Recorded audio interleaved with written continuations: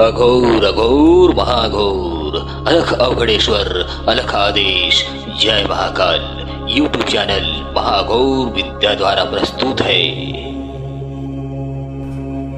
प्रस्तुत है अघोर महादेव साधना। अघोर पंथ अत्यंत प्राचीन पंथ है जिसमें हजारों लाखों मंत्र तंत्र यंत्र मौजूद है जिसे अघोरी लोग गुप्त रखते हैं। यह आम इंसान के बीच चलन में नहीं है। इस प्रकार एक से बढ़कर एक मंत्र तंत्र यंत्र से अलौकिक शक्तियां साधना सिद्धि के माध्यम से लगभग सभी अघोरी महारत हासिल करते हैं और सर्वगुण संपन्न होते हैं। ये अघोरियां अघोर पंथ में अलग अलग तरह के भी अघोरी देखने को मिलते हैं और हर एक अघोरी अपने आप में एक विशेष महत्व रखता है। अलग अलग प्रकार की सिद्धि प्राप्त करने के बाद हर अघोरी एक दूसरे से भिन्न हो जाते हैं। इस प्रकार सिद्ध अघोरी अपनी सिद्धि से प्राप्त शक्तियों से बहुत कुछ कर सकते हैं जो आम इंसान की समझ से बाहर है, परंतु बिना गुरु के कोई भी अघोरी शिष्य इस प्रकार के गुप्त और लुप्त अलौकिक शक्तियां अर्जित नहीं कर पाता। यह शाश्वत सत्य है कि यहाँ अघोर पंथी में गुरु परंपरा का बड़ा महत्व है, जहाँ गुरु परंपरा के अंतर्गत समस्त प्रकार के साधना सिद्धि और बड़े से बड़े प्रयोगों को किया जाता है। प्रकृति के विरुद्ध कोई भी कार्य नहीं किया जाता। हालांकि ये अघोरियां अगर प्रकृति के विरुद्ध जाकर भी कार्य करें तो वे इसमें भी पूर्ण सक्षम होते हैं, जिसे रोक पाना आम इंसानों के बस की बात नहीं। पर धर्म और अधर्म को ये अघोरी बहुत अच्छी तरह से समझते हैं और कार्य वही करते हैं जो प्रकृति के विरुद्ध ना हो, जिसमें लोगों का भला हो सके। इस प्रकार के कार्य को अघोरियां पसंद करते हैं। अत्यंत दयालु स्वभाव के निस्वार्थ होते हैं ये अघोरियां। अघोर पंथ बेहद रहस्यमय और भयभीत अत्यंत डरावना भय कर देने वाला विषय कहलाता है, परंतु आश्चर्य होगा कि अघोरियां मन के बड़े शाप और वचन के बड़े कठोर होते हैं। ये किसी से कभी बैर नहीं पालते और ना ही किसी भी चीज से घृणा और ईर्ष्या करते हैं। इस ज्ञान की चर्चा में आइए आगे जानते हैं कि अघोर पंथ में कौन कौन से साधना किया जा सकता है। तो अघोर पंथ में कुल 3 प्रकार से साधना किया जाता है, जिसमें पहला शव साधना, दूसरा शिव साधना, तीसरा शमशान साधना। शव साधना में मान्यता यह है कि इसी साधना के सिद्धि होने के बाद मुर्दा जागृत होकर उठ खड़ा होता है और बोलता है। दूसरा शिव साधना। शिव साधना में मुर्दा के ऊपर पैर रखकर खड़े खड़े साधना करना पड़ता है।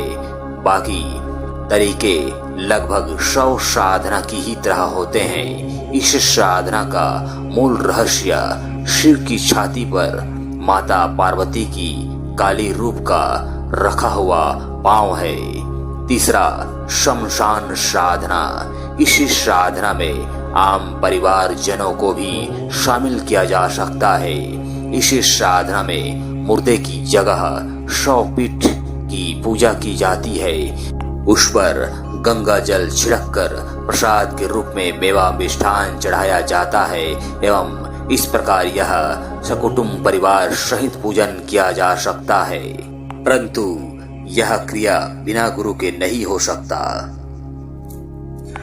उग्र तामसिक प्रवृत्ति के अघोरिया महादेव के रूप महाकाल स्वरूप को ज्यादा मानते हैं और अघोर महादेव रूप को ज्यादा मानते हैं और इस रूप को मांस और मदिरा अर्पित करते हैं। जैसे महादेव का महाकाल रूप स्वयं मांस मदिरा को भोग नहीं लेते, इसे तो केवल उनके सेवक गण यानी भूत प्रेत मरी मशान ही ग्रहण करते हैं और अघोरियों के साथ रहने लगते हैं। इसमें अघोरियों को जल्दी सिद्धि मिल जाती है, लेकिन अंत समय में भूत प्रेत उसे अपने लोक में ले जाने के लिए विवश करते हैं। यह सत्य है। इसलिए इससे बचने हेतु महादेव का महाकाल रूप और अघोर महादेव जैसे उच्च लेवल की ऊर्जा वाले कई अनेक साधनाओं को सिद्ध किया जाता है, जिनसे मोक्ष की प्राप्ति संभव है। बाकी भूत प्रेत मरी मसान के अन्य तामसिक प्रवृत्ति के जितने भी साधनाएं हैं, उनको सिद्ध करके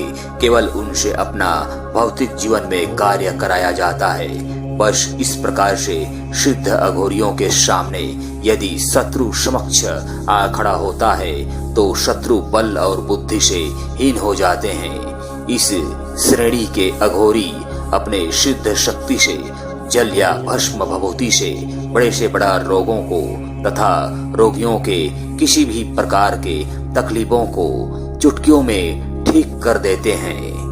अघोर महादेव स्वयं भगवान शिव ही है। उन्हें भूतनाथ भी कहा जाता है।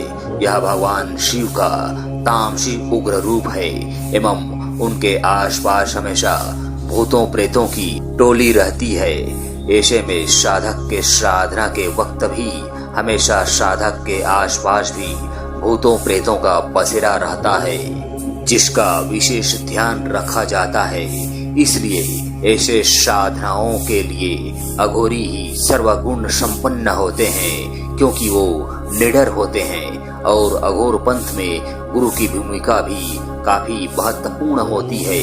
अघोर महादेव साधना बाकी अन्य शिव साधनाओं में स्वतः सिद्धियां प्राप्त करने का उत्तम मार्ग प्रस्तुत करती है। एक बार इस अघोर महादेव मंत्र की सिद्धि के बाद साधक जीवन भर सभी मंत्र तंत्र क्रियाओं के प्रभाव से मुक्त रहता है। कुछ साधकों को इस साधना को सिद्ध करते समय या सिद्धि हो जाने के बाद श्री अघोर महादेव का साक्षात विराट रूप में दर्शन भी प्राप्त हो चुके हैं। यह सत्य है। प्रस्तुत है अघोर पंथ के अंतर्गत उग्र साधना अघोर महादेव साधना। इस साधना की शक्ति असल में साधक का भय समाप्त करने के लिए की जाती है।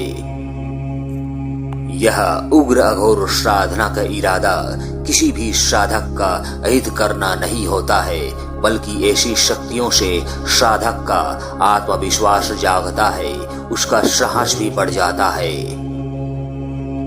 प्रस्तुत है अघोर महादेव मंत्र।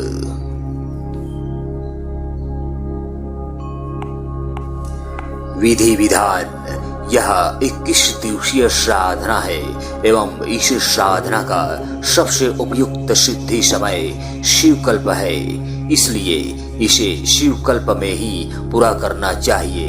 यदि यह संभव ना हो तो इसे श्रावण मास में किसी भी सोमवार से आरंभ किया जा सकता है। और यदि शिवकल्प महाशिवरात्रि के अवसर पर इस साधना को सिद्ध किया जाए तो यह अति उत्तम माना गया है।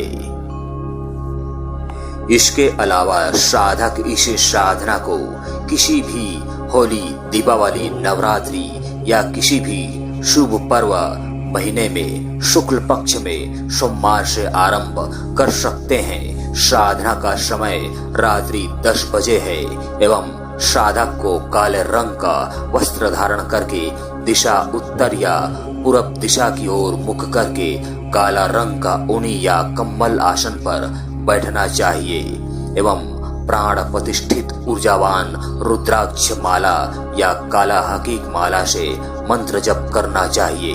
प्रतिदिन 21 माला मंत्र जप का विधान है। इस साधना में पारद शिवलिंग या किसी भी प्रकार के शिवलिंग को अपने सामने स्थापित करना होता है एवं उसी शिवलिंग पर पूजन करें, पान फूल अक्षत चावल चंदन दूध जल चढ़ाएं, सुगंधित धूप दीप आदि जलाएं। इस प्रकार पूजन करें। आप शिव पूजन करने में जैसा भी सक्षम हो उसी प्रकार से पूजन करें। मूल पूजा आराधना से पहले सबसे पहले सामान्य गुरु पूजन और गौरी गणेश पूजन अवश्य करें एवं साधना में सफलता प्राप्ति हेतु मानसिक रूप से अनुमति लें और प्रणाम करें। साधक मंत्र जप करने से पहले अपने दाहिने हाथ में थोड़ा जल चावल लेकर संकल्प करें कि मैं अमुक नाम अमुक जाति स्थान का साधक श्री अघोर महादेव की साधना प्रारंभ करने जा रहा हूँ, जिसे मैं 21 दिन में मंत्र जप करके पूरा करूंगा। हे देवाधिदेव श्री महादेव, इस साधना में मुझे सफलता प्राप्ति मिले, आप ऐसा मुझे आशीर्वाद प्रदान करें। ऐसा बोलकर जल चावल को जमीन पर छोड़ दें और प्रणाम कर लें। इस प्रकार भोग प्रसाद में फल फूल मिठाई खीर चढ़ा दें। ध्यान रहे, इस साधना में अपना शरीर बंधन, घेरा बंधन, दिशा बंधन अवश्य करें। इसके लिए शरीर बंधन मंत्र इस प्रकार से है। साधक इस निम्न शरीर बंधन मंत्र को केवल 7 बार पढ़कर अपने दोनों हाथों में फूंक मारकर अपने शरीर को सिर से लेकर पांव तक फेर लें तो शरीर बंधन हो जाता है। किसी भी नेगेटिव ऊर्जा से शरीर सुरक्षित रहता है। दूसरा दिशा बंधन मंत्र इस प्रकार से है। साधक इस निम्न दिशा बंधन मंत्र को अपने दाहिने हाथ में थोड़ा सा राई ले लें, यानी सरसों के दाने। उस पर इस मंत्र को केवल 21 बार पढ़कर फूंक मार दें। बस इन अभिमंत्रित सरसों के दानों को क्रमशः सभी दिशाओं में थोड़ा थोड़ा छिड़क दें तो इस प्रकार दिशा बंधन हो जाता है। इसके बाद तीसरा मंत्र है आसन घेरा बंधन मंत्र। साधक इस निम्न आसन घेरा बंधन मंत्र को किसी लोहे की त्रिशूल या चिमटा या किल चाकू पर 21 बार पढ़कर फूंक मारें और मंत्र जप करते हुए एक गोलाकार रेखा अपने चारों तरफ आसन के गोल रेखा घेरा लगा लें। इस प्रकार से अदृश्य शक्तियों से आपकी रक्षा होगी। इन सभी सुरक्षा बंधन मंत्र क्रियाओं के बाद ही साधना करें, अन्यथा इस साधना में बहुत खतरा रहता है।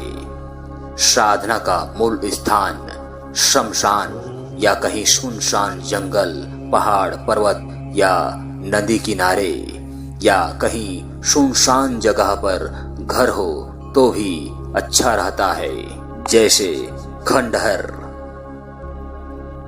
महामृत्युंजय मंत्र का जप करते हुए भस्म और चंदन को मिलाकर अपने माथे पर तिलक लगाएं। फिर निम्न मंत्र को पढ़कर हाथ जोड़कर भगवान अघोर महादेव की स्तुति करें।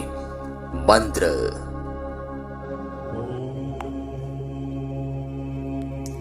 इस प्रकार प्रार्थना स्तुति के बाद जमीन पर थोड़ा सा जल छोड़ दें और समस्त जप भगवान अघोर महादेव को समर्पित कर दें। उसके बाद मूल मंत्र श्री अघोर महादेव मंत्र का जप प्रारंभ करें। साधना अंतिम दिन पूरी होने के बाद 5 बिल्व पत्र दूध के साथ जल अक्षत और चंदन व भस्म सुगंधित धूप दीप जलाकर वस्त्र फल फूल लड्डू यथाशक्ति दक्षिणा चढ़ाएं। इस साधना के लाभ इस प्रकार से हैं। पहला, सभी प्रकार के ग्रह दोषों से छुटकारा। दूसरा, सभी साधनाओं में पूर्ण सफलता प्राप्ति। तीसरा, सभी प्रकार के तंत्र प्रयोगों से सुरक्षा। चौथा, सभी पुराना मंत्र तंत्र दोष चाहे इस जन्म के हों या पिछले जन्म का एवं सभी पाप दोष वह भी समाप्त हो जाता है। इस प्रकार इस साधना के माध्यम से भगवान महादेव अघोर रूप में आपका हमेशा हमेशा रक्षा करते रहेंगे। साधना सिद्धि हो जाने के बाद साधक के शरीर में कुछ बदलाव आना शुरू हो जाएगा, जैसे अत्यधिक गर्मी एवं आसपास कोई होने का एहसास, अचानक कहीं कहीं भूत प्रेत आत्माओं का साया दिखना, शमशान के सभी भूत प्रेतों की चिखले चिल्लाने की आवाज कानों में गूंजना, स्वप्न में महादेव का दर्शन, इस प्रकार जीवन में घटने वाले अनेक घटनाओं का पहले से ही आभास हो जाना आदि, यह सब आपकी साधना में सफलता के लक्षण हैं। अतः डरने की कोई जरूरत नहीं है। इस प्रकार से आपका पूजा आराधना साधना सिद्ध और सफल हो जाता है। अतः आपका पूजा आराधना साधना सिद्ध और सफल हो। धन्यवाद।